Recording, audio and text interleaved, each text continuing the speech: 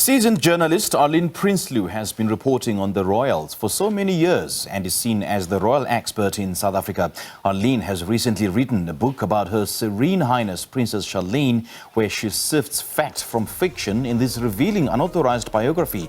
The book is the first full biography of the princess, traces her life from humble beginnings in Zimbabwe, Johannesburg and Durban to the Olympic Games, her jet-set romance with the bachelor prince, a fairy tale wedding and becoming a mother to twins. To help us more about this book, and that she titled Charlene in Search of a Princess, Arlene Prinsloo joins us now via Zoom. Arlene, a very good morning. Thank you so much for joining us. Welcome. Good morning, and thank you for having me. It's an absolute pleasure, Arlene. Now, just take us through this book, In Search of a Princess. What inspired you to write this book?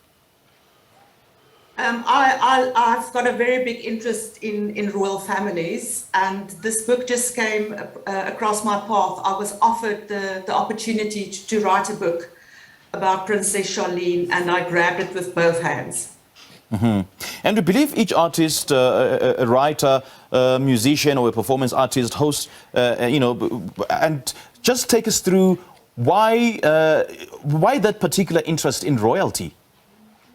It's something that started with my when I was very small. In those days we didn't have television and social media and stuff. And my mother took me to the movies once a week, where you got a small. It was like in 2 to 3 minutes, just a recap of world events. Yeah.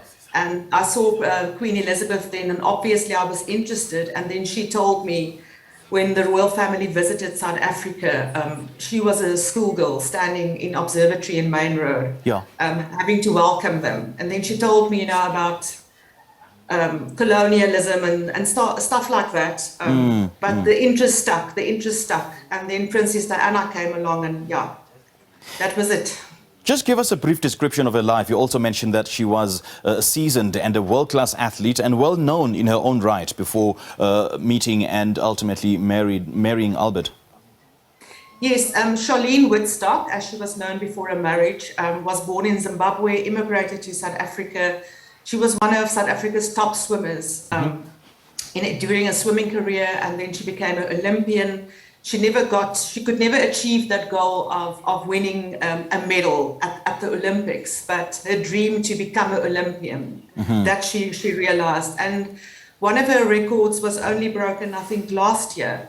So she was really an excellent swimmer, an ambassador for South Africa, and she's still an ambassador for South Africa. Okay. Let's talk about some of her regular travels to South Africa and the local charities she's been involved in, as you detail it in the book. She's got a foundation that works across the world, but it's very big in South Africa. So this foundation does training with youngsters, teaches them CPR, teaches other people CPR, teaches children how to swim. That's her big passion in life, that children don't drown. And because we've got this huge tragic drowning rate in South Africa. And then she also branches into the rhino conservation of rhinos.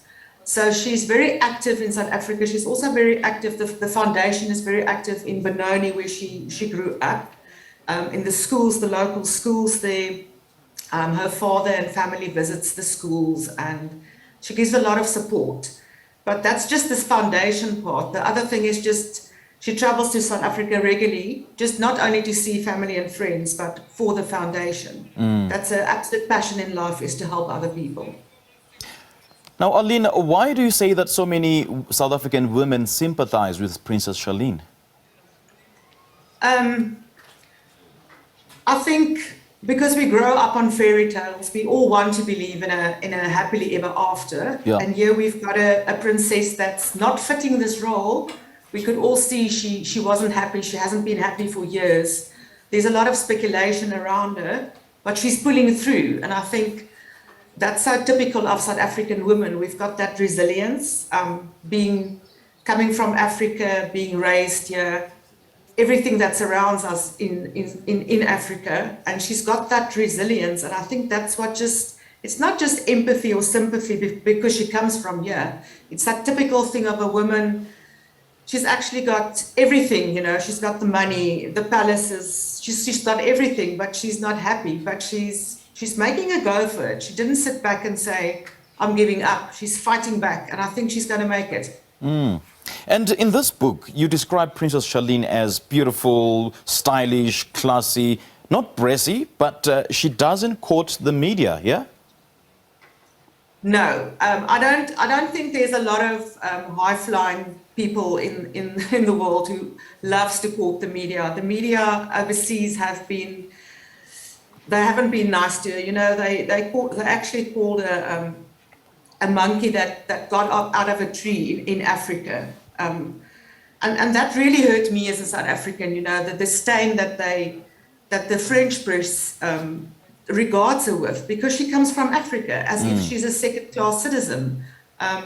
And she's in Monaco, she's safe from paparazzi, but when she sets her foot out in France, she's fair game. She's absolutely fair game.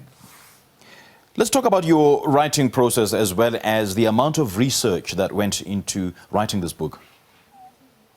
It was a difficult book to. I don't think there's ever an easy book to write, but it was difficult in the sense that I had to work with what has been written everywhere in the world. Look at what, you know, press releases from the palace. Look at the preferred magazine where Albert talks to, which is People magazine, and then in South Africa where the preferred magazines that Charlene's family speaks to here. But it was a lot of research. People weren't that eager to participate in the book. I think people are very wary that because how she's been treated by the press, to actually trust you. And I really tried very hard. I could get access to a few people who knew Charlene before she was famous, even as a swimmer, who kept contact with her. And I got a picture of a really down-to-earth woman who really cares, who's spontaneous, who's got no frills and no airs and graces. She comes back to South Africa, she visits here, people don't even know she's here before she now goes into public for something for the foundation. She's been through load shedding, she laughed about it.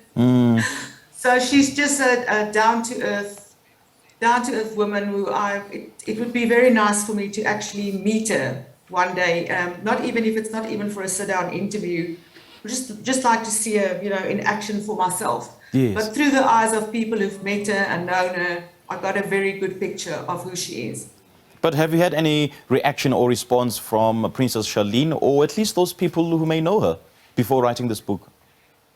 Yes, not before I wrote the book. I have had some response. There was a sort of thank you note. It's a sympathetic book, which was appreciated, but it's not.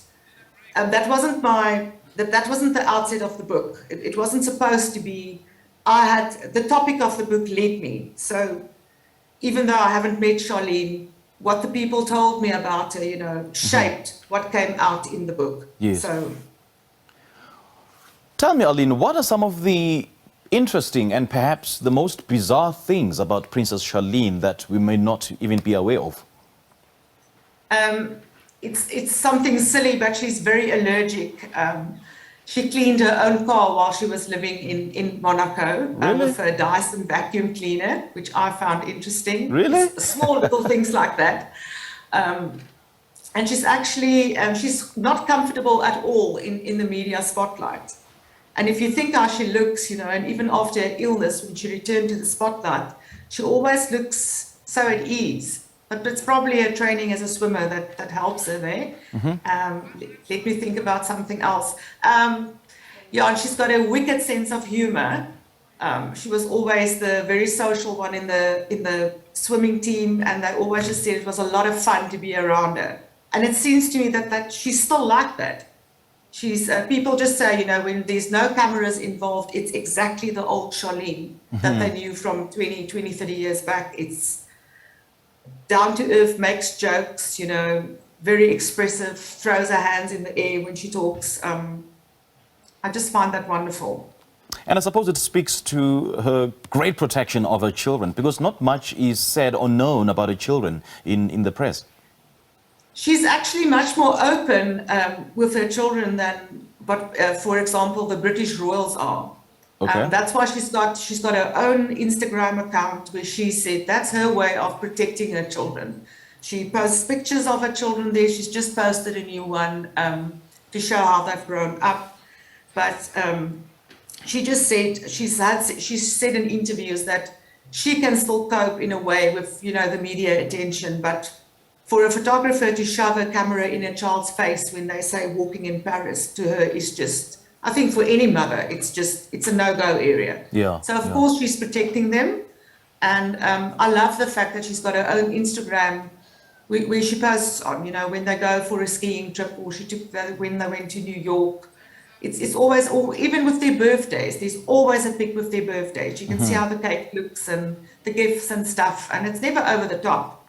It's just, and she's raising a future monarch of Monaco. She's very. That's what I found out during the research too.